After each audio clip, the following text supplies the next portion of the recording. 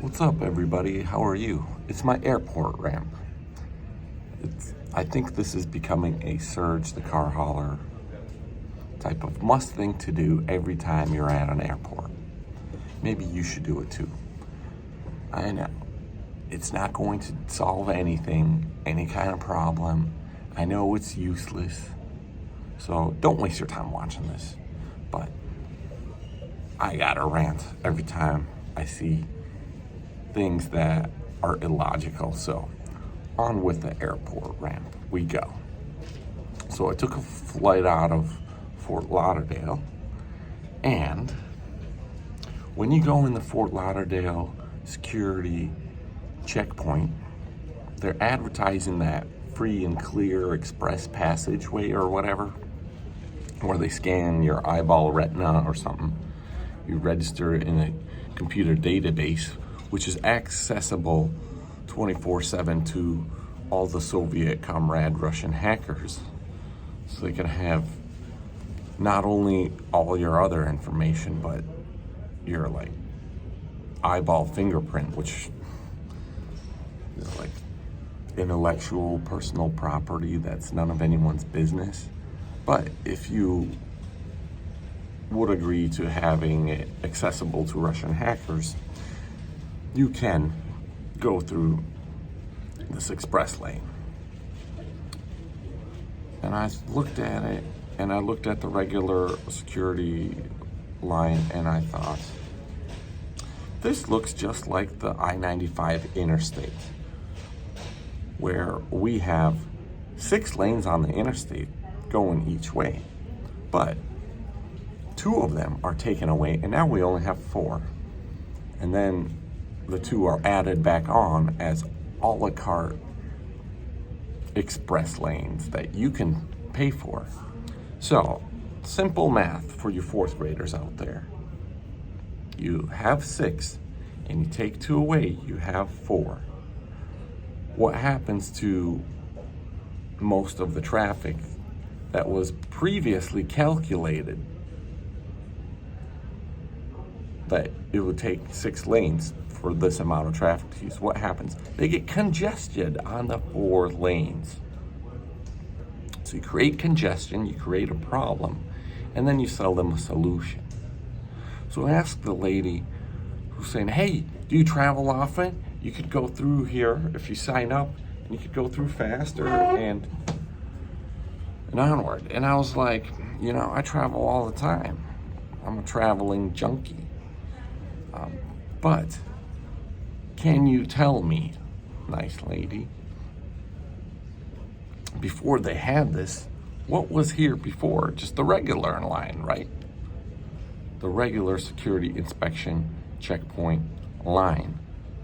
More of it was here, right? She said, yes. I said, so when they added the service, they took away square footage for where the regular security checkpoint line and possibly more inspection booths were taken care of, right? They did not add room to this square footage to this room to accommodate your express lane. And she couldn't quite understand the question. She's like, yeah, they added room for this express lane. I was like, they took out one of these walls and moved them back? And she didn't have an answer for me that I could repeat for you. So, my point exactly. So, now I'm in Charlotte. I got stuck here. The plane didn't make it on time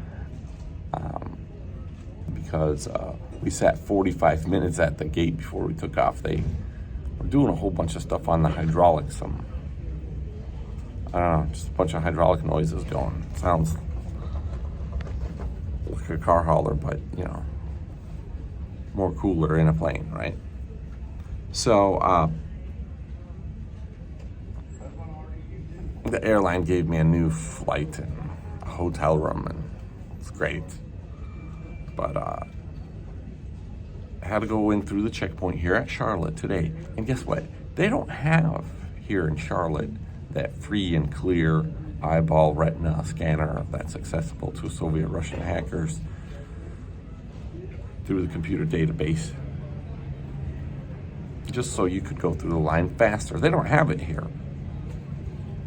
And when I looked at the line, they had a huge mega line. There was like 1,000 people there. And I'm not the one that said that first. I heard a guy saying, wow, there's 1,000 people. So it's not just my estimation. And here I am, really early. Went right through the gate. I do my usual, you're gonna have to wait, pat down. I call it you're gonna have to wait, pat down, because that's what one lady told me once when I asked for a pat down. I always ask for a pat down. I've never been through one of those, who knows, x-ray scanners or whatever they call them. Body scanner. I've never been in that. And you shouldn't go in that either, because who knows how, Dad always said, stay away from x-rays and microwaves and all kinds of rays and stuff you don't understand. So, yeah, there we are. Made it through the airport, and they don't have, I said that to the pat down guy. I was like, I noticed you don't have the free and clear express lane through here. But here I am, right through the main line, super fast. I mean, probably 7 minutes. And there's a huge line, and the line's moving fast. He's like, yeah, we're really fast and efficient here. So my point exactly to that, why would you sign up for like a service like that they don't even have everywhere? At least have that service everywhere and then promote it. But they don't. So I don't know, that's my airport rant. I know it's not going to change things. I know it's not, the internet's not what it used to be, or it's not even if it becomes a viral video, and everyone sees this information, no one's gonna change this, but it might change a little bit of your life if you just ask for a pat down.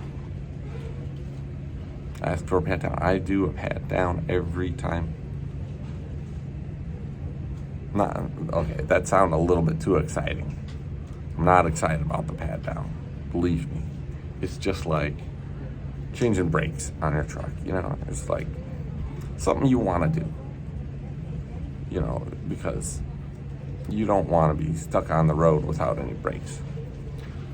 So, yeah. Well, not that you'd want to do it. Okay, maybe not want to. It's just like, I don't think I want to be x-rayed more than, you know what I mean? Like, do you even hold your phone to your face anymore? Do people do that? I would, when you're on like a long conversation, remember how the phones would heat up your face and stuff like that? That's something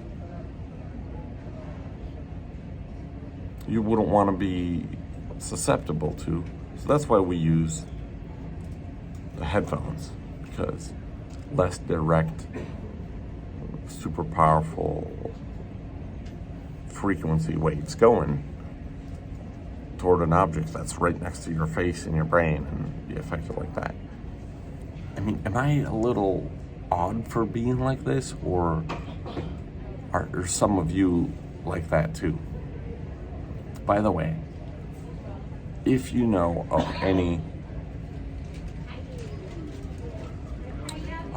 effective, and when I say effective, I mean things that work where you won't have to wear a mask anymore, things that don't have any side effects, don't have any liability no, issues from the manufacturers where they say they're not liable for whatever happens. Are there any? Well, they label them as vaccines, but they're not actually vaccines. Well, are there any out there that you may know of that are actually something you would want in your body without any dinners with men mandates? Are there any out there like that? Let me know in the comments, please. I'm waiting for, I guess my textbook answer now is, I'm looking for the most effective and tolerable and safe version out there to consider. Until then, I'll stick to garlic and a hyperbaric chamber, and you should too. But seriously, if you find some formula that has been tested, demonstrated, effective, comment it below.